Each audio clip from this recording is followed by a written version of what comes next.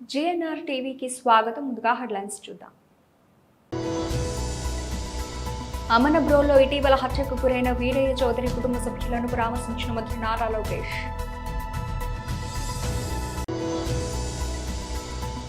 BJP SC Morcha జాతీయ కార్యదర్శి Shri yes Kumar మీడియాతో మాట్లాడుతున్నారు.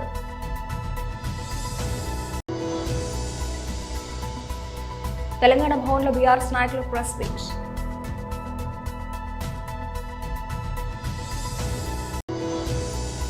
భారత్ నుంచి కీలక వాణిజ్య ప్రతిపాదన వచ్చిందన్న డొనాల్డ్ ట్రంప్.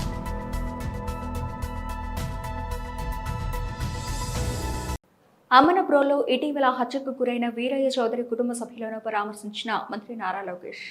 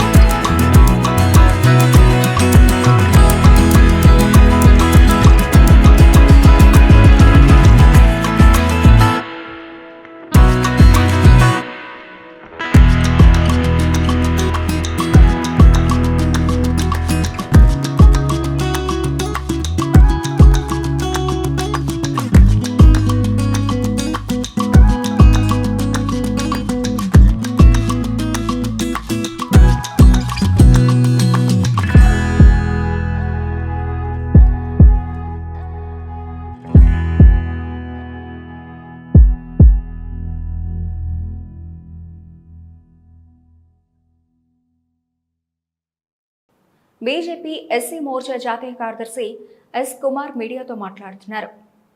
తెలంగాణ రాష్ట్ర ప్రభుత్వానికి, రాష్ట్ర ముఖ్యమంత్రి రేవంత్ రెడ్డి గారికి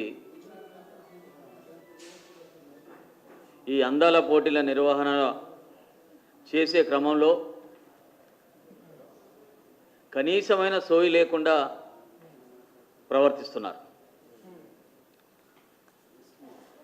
ములుగు జిల్లా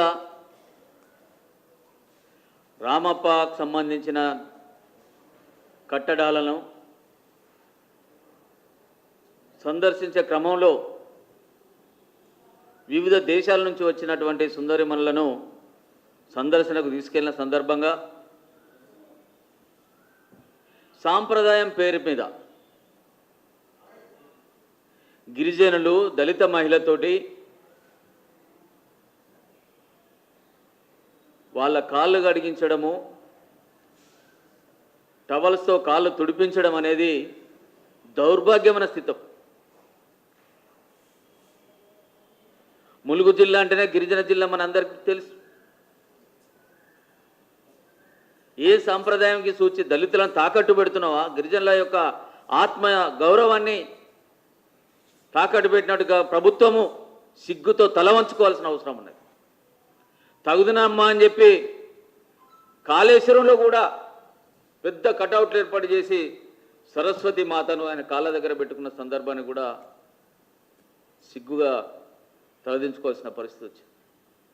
నిన్నటికి నిన్న భాగ్యలక్ష్మి అమ్మవారిని అక్కడ కలవనీయకుండా, దైవ దర్శనానికి తీసుకెళ్లకుండా కేవలము ఓవైసీ మెప్పులు పొందడం కోసం చేసిన పని మనందరం కూడా చూసినాం. ఈరోజు ఈ దళిత గిరిజనుల చేసిన మహిళలకు చేసిన అవమానాన్ని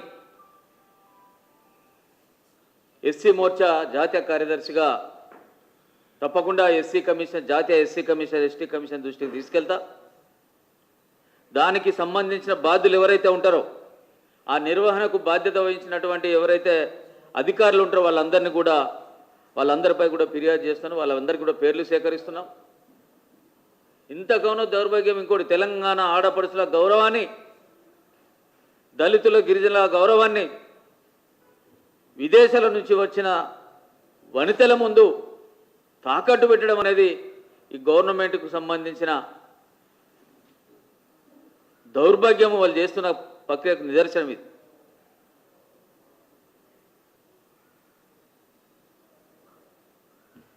ఏం సమాధానం చెప్తారు మీరు? ప్రతి దానికి మేము గొప్ప చెబుతారు. ఇది కదా, ఇదే మీరు చేసింది. తెలంగాణ సంస్కృతిలో ఉండదు. మన ఇంటికైతే కాళ్ళకు చెంబులు నీళ్ళు ఇచ్చి కడుక్కోమని చెప్తాం, లేదా వాళ్ళకి ప్రత్యేక కుళాయిలు పెట్టండి. మీరు నిన్న ₹1,00,000 ₹1,50,000 పెట్టి వాళ్ళకి భోజనం ప్లేట్ కాదు బంగారం పెట్టి తినిపించండి, తప్పలేదు. వాళ్ళకు ప్రత్యేక కుళాయిలు ఇచ్చి కాళ్ళు కడిగించండి, చెంబులో నీళ్ళు ఇచ్చి కాళ్ళకు నీళ్ళు వేయడం మన సాంప్రదాయం. ప్లేట్లలో పెట్టి కాళ్ళు కడిగి తువ్వాల చూసిన మన సంప్రదాయం కాదు. మన ఆత్మగౌరవం తాకట్టు పెట్టడం అని చెప్పి ఈ సందర్భంగా నేను బాధను వ్యక్తం చేస్తూ తప్పకుండా వీటిపై ఫిర్యాదు చేస్తాను జాతీయ ఎస్సీ ఎస్టీ కమిషనర్కి అని చెప్పి ఈ సందర్భంగా చెప్పి.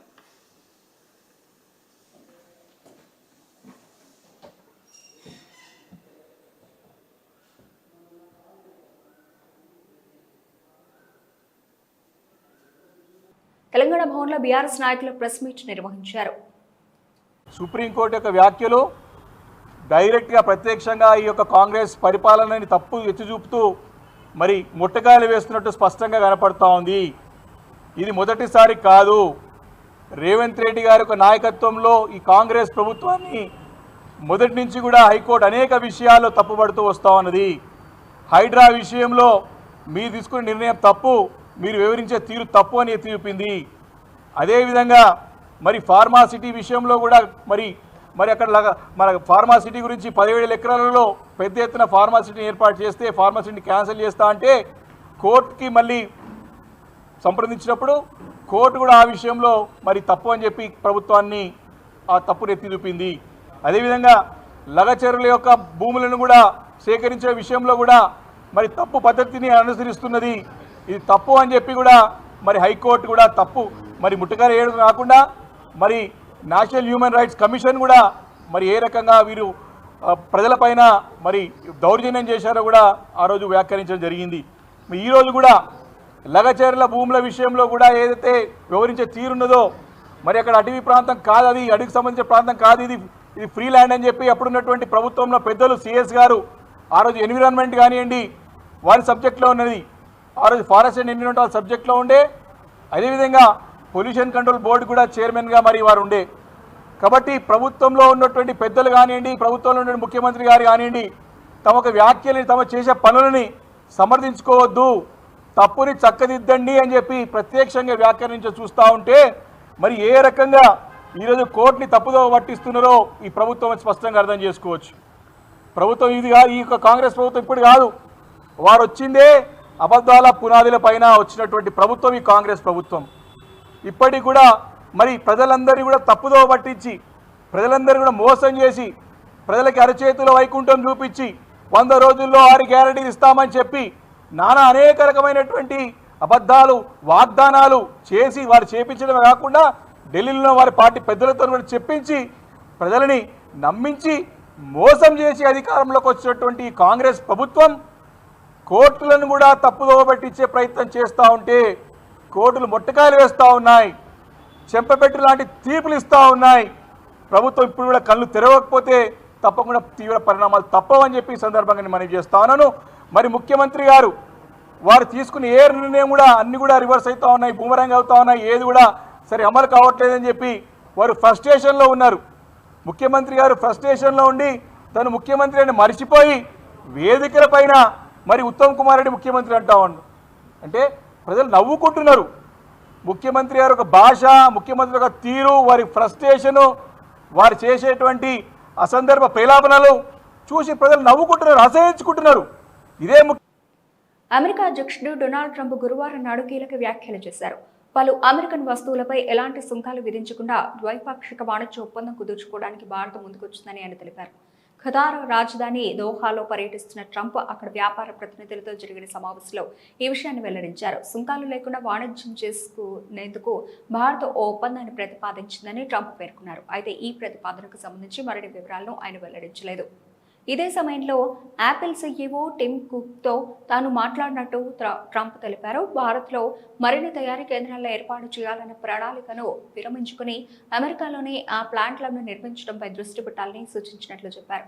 యాపిల్ తన ఉత్పత్తిని అమెరికాలో పెంచనుంది అని ట్రంప్ పేర్కొన్నారు. కాగా భారత్ అమెరికా ద్వైపాక్షిక వాణిజ్య ఒప్పందంపై చర్చలు కొనసాగుతున్న విషయం తెలిసిందే. ఇందులో భాగంగా 2025 శీతాకాలం నాటికి ఒప్పందపు తొలి దశను పూర్తి చేయాలనే లక్ష్యంతో భారత వాణిజ్య శాఖ ప్రతినిధులు, అమెరికా వాణిజ్య ప్రతినిధి కార్యాలయం అధికారులు ఏప్రిల్ 23-25 తేదీల మధ్య వాషింగ్టన్లో ఫలవంతమైన చర్చలు జరిపారు. అంతకుముందు మార్చి 2025లో ఢిల్లీలో కూడా ద్వైపాక్షిక చర్చలు జరిగాయి.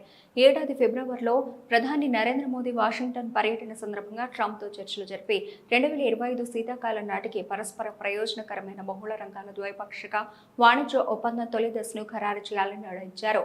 ఇరు దేశాల మధ్య వాణిజ్య సంబంధాలు మరింత బలోపేతం చేసి 2030 నాటికి ద్వైపాక్షిక వాణిజ్యాన్ని $500 బిలియన్ రెట్టింపు చేయాలనే మిషన్ 500 లక్ష్యాన్ని నిర్దేశించుకున్నారు. ఈ చర్చలు ఇరు దేశాల ఆర్థిక సంబంధాలు, సరఫరా గొలుసుల సమైక్యతను పెంపొందించే ప్రయత్నాల్లో భాగమని వాణిజ్య మంత్రిత్వ శాఖ గతంలో పేర్కొంది. నాగర్ కర్నూలు జిల్లా బహుజన్ సమాజ్ పార్టీ ఆధ్వర్యంలో మున్సిపల్ ఆఫీస్ ఎదుట ధర్నా కార్యక్రమం నిర్వహించారు. ఈ కార్యక్రమంలో బీఎస్పీ నాయకులు మాట్లాడుతూ నిన్న నాగర్ కర్నూలు పట్టణంలో ఎలాంటి నోటీసులు ఇవ్వకుండా చిరు వ్యాపారుల కర్రలు, కుటీరాలను కూల్చడానికి బీఎస్పీ పార్టీ తీవ్రంగా ఖండిస్తోందని అన్నారు. నాగర్ కర్నూలు పట్టణంలో దేశాన్ని దోచుకునే అదాని అంబానీల షాపులతో పాటు కార్పొరేట్ షాపులే ఉండాలా అని ప్రశ్నించారు. ఒకవేళ చిరు వ్యాపారుల షాపులకు అనుమతి లేకపోతే తై బజార్ ఎందుకు కట్టించుకున్నారని నిలదీశారు. నిన్న నాగర్ కర్నూలు పట్టణంలో చిరు వ్యాపారుల దుకాణ సముదాయాలను ఎలాంటి నోటీసులు లేకుండా కూల్చివేయడాన్ని బీఎస్పీ పార్టీ తీవ్రంగా ఖండిస్తూ ఉంది.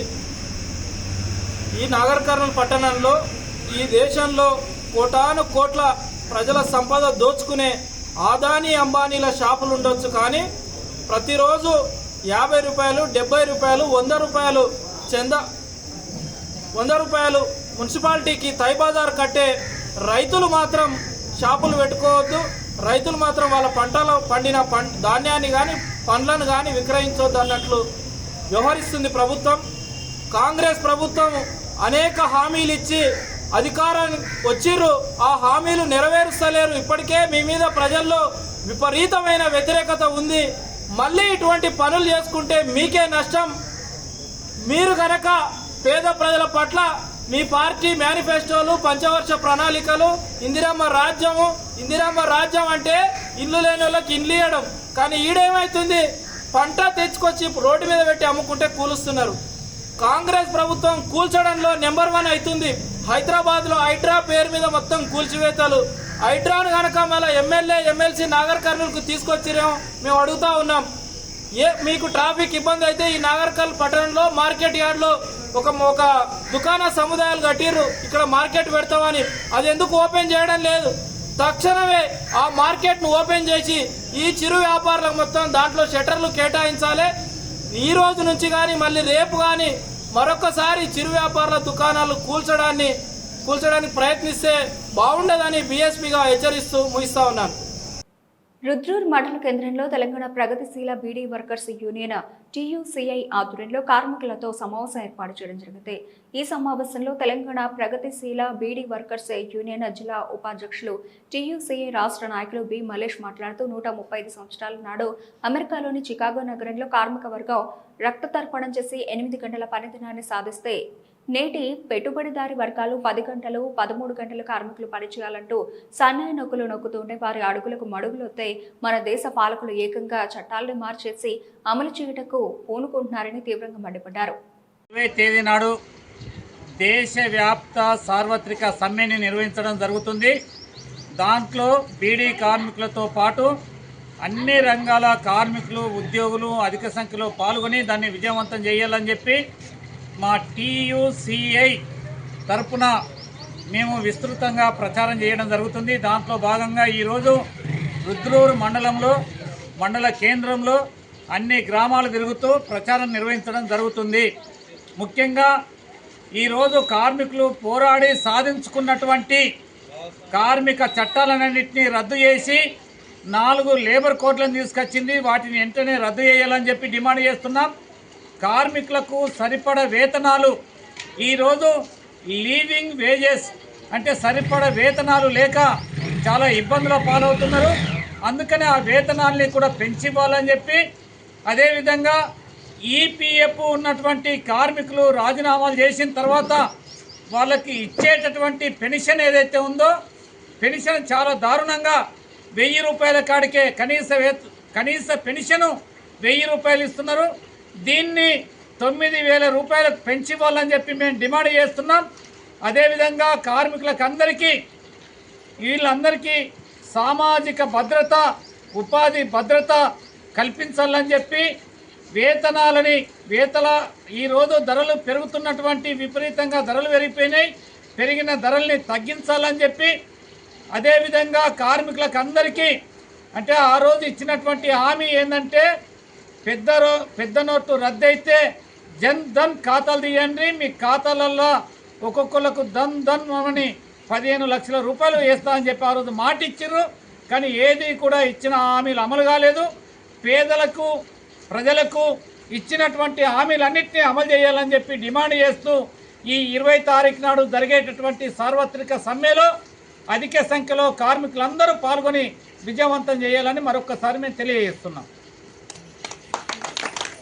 భారతీయ జనతా పార్టీ మల్కాజ్గిరి పార్లమెంటు సభ్యులు ఈటెల రాజేంద్రపై అనుచిత వ్యాఖ్యలు చేసిన కాంగ్రెస్ నాయకుడు జగ్గారెడ్డి దిష్టిబొమ్మను హుజరాబాద్ బీజేపీ ఆధ్వర్యంలో అంబేద్కర్ చౌరస్తాలో దహనం చేశారు. కార్యక్రమంలో బీజేపీ నాయకులు కార్యకర్తలు పాల్గొన్నారు. కొన్ని అంకిత వ్యాఖ్యలు చేయడం జరిగింది. దాని మీద ఇవాళ హుజరాబాద్ భారతీయ జనతా పార్టీ పక్షాన జగ్గారెడ్డి గారి దిష్టిబొమ్మ దగ్గర చేయడం జరిగింది. ఆ రోజు రాజేంద్రన్న మాట్లాడింది ప్రజల కొరకు మాట్లాడిండు. వీళ్ళు కాంగ్రెస్ నాయకులు పదవుల కొరకు లేకపోతే రేవంత్ రెడ్డి గారి మెప్పు పొందడానికి మాట్లాడతాం తప్పితే ప్రజల కొరకు మాట్లాడే మాట ఒక్కట్లేదు. ప్రజలకు ఇబ్బంది వచ్చినప్పుడు రాజేంద్రన్న పోయి ఆ నియోజకవర్గంలో ఎక్కడున్నా కానీ అట్లా అవసరం అనుకున్నట్టే ప్రజల దగ్గర పోయి కూర్చుండి ఇప్పుడే అంటాను మల్కాజ్గిరిలో ఇప్పటి వరకు ఏ ఎంపీ కూడా ఇంతవరకు తిరగలేదని. గంత మంది ప్రజల ప్రేమను చురగొన్న నాయకుడిని వాళ్ళ జగ్గారెడ్డి అంటే ఆయన అసలు నేను రెడ్డినే కానీ రెడ్డి పేరు చెప్పానంటే కూడా నాకు బాధ అనిపిస్తుంది. అంటే గంత మంది తిడతాను ఆవిడ ఎందుకు పుట్టిండో నాకు అర్థమవుతలేదు. ఓ పంది అంటే బురదల పొందిన పంది లెక్క ఉంటాడు. ఓ మాట మాట్లాడితే ఓ రెడ్డి మాట మాట్లాడితే రెడ్డి లెక్క ఉండాలి ముచ్చట మాట్లాడితే. ఆయన ప్రజానాయకుడిని అంటే విప్లవ నాయకుడు 20 సంవత్సరాలు తెలంగాణ కొరకు కొట్లాడి ఆయన తెలంగాణ పట్టుకైతే తెలంగాణలో బిడ్డ ఎమ్మెల్యే కాలేదు. నీ నాయకుల్ని నీ ప్రజలు నేను తిరస్కరించిండు. అయినా సిగ్గు లేకుండా ఒక ప్రజానాయకుడు విప్లవ నాయకుల మీద నువ్వు మాట్లాడే మాటలు ఈటెల రాజేంద్రన్న మాట్లాడింది దేని మీద మాట్లాడిండు? మా ప్రజలకు ఇబ్బంది అయితే నా కొడుకల్లారా మీ అందరూ చూస్తామని మాట్లాడిండు. ప్రజల కొరకు నువ్వు మాట్లాడు. నీ ప్రజలను ఏమన్నా ఈ రాజేంద్రాన్ని ఇబ్బంది పెడితే భారతీయ జనతా పార్టీ ఇబ్బంది పెడితే నువ్వు దాని మీద మాట్లాడు. నా కొడుకులారా అన్నారని ఇప్పుడు ఇవాళకు సీఎం మాట్లాడిన మాటలు ఒకసారి విజువల్స్ తీసి చూపెట్టండి. అంటే ఆయన మాట్లాడినప్పుడు ఎవరన్నా అన్నారా? కాకపోతే ఫ్లోలో మాట వస్తుంది, వచ్చినప్పుడు దాన్ని నిన్నట్టుగా భావించుకొని నేను తిట్టడానికే పెట్టినా అంటే మాకు తిట్టరాదా? నేను రెడ్డినే, నేను తిడతా కదా, నిన్ను తిట్టడం సరియైంది కాదు, సభ్యత కాదు కదా. ఒక నాయకుడిని అంటే అంత మంచి నాయకుడిని పట్టుకొని నువ్వు ఒక మాట అన్నావు బిడ్డ, నీ తోడుకలు తీస్తాం. బీజేపీ నాయకులైనటోళ్ళు ఎక్కడున్నా కానీ వదిలిపెట్టరు. నువ్వేమో అనుకుంటున్నావు, నీ తోడుకలు ఎక్కడికక్కడ తీస్తారు. దాని క్షమాపణ చెప్పాలి. ఈటల రాజేందర్కు ఈ చెత్తదాకా ఊపుకుండేది లేదు. బేషరతుగా నువ్వు క్షమాపణ చెప్పాలి నీ మాటలకు. నీ విజువల్స్ చూసినాం మేము, కానీ అసలు నువ్వు రెడ్డి పుట్టికి ఎందుకు పుట్టామని బాధపడుతున్నాం మేము.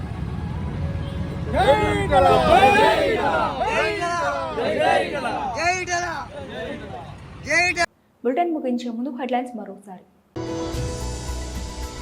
అమనబ్రోలో ఇటీవల హత్యకు గురైన వీరయ్య చౌదరి కుటుంబ సభ్యులను పరామర్శించిన మంత్రి నారా లోకేష్.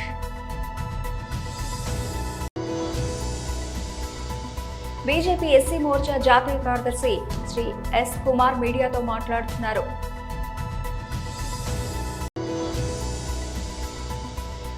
తెలంగాణ భవన్లో బీఆర్ఎస్ నాయకుల ప్రెస్ మీట్.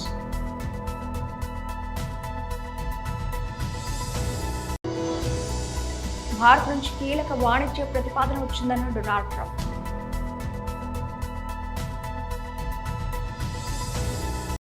ఇవి ఇప్పటివరకు నబిల్చిన అప్డేట్స్. మరిన్ని అప్డేట్స్తో మళ్ళీ కలుద్దాం. అంతవరకు సెలవు, నమస్తే.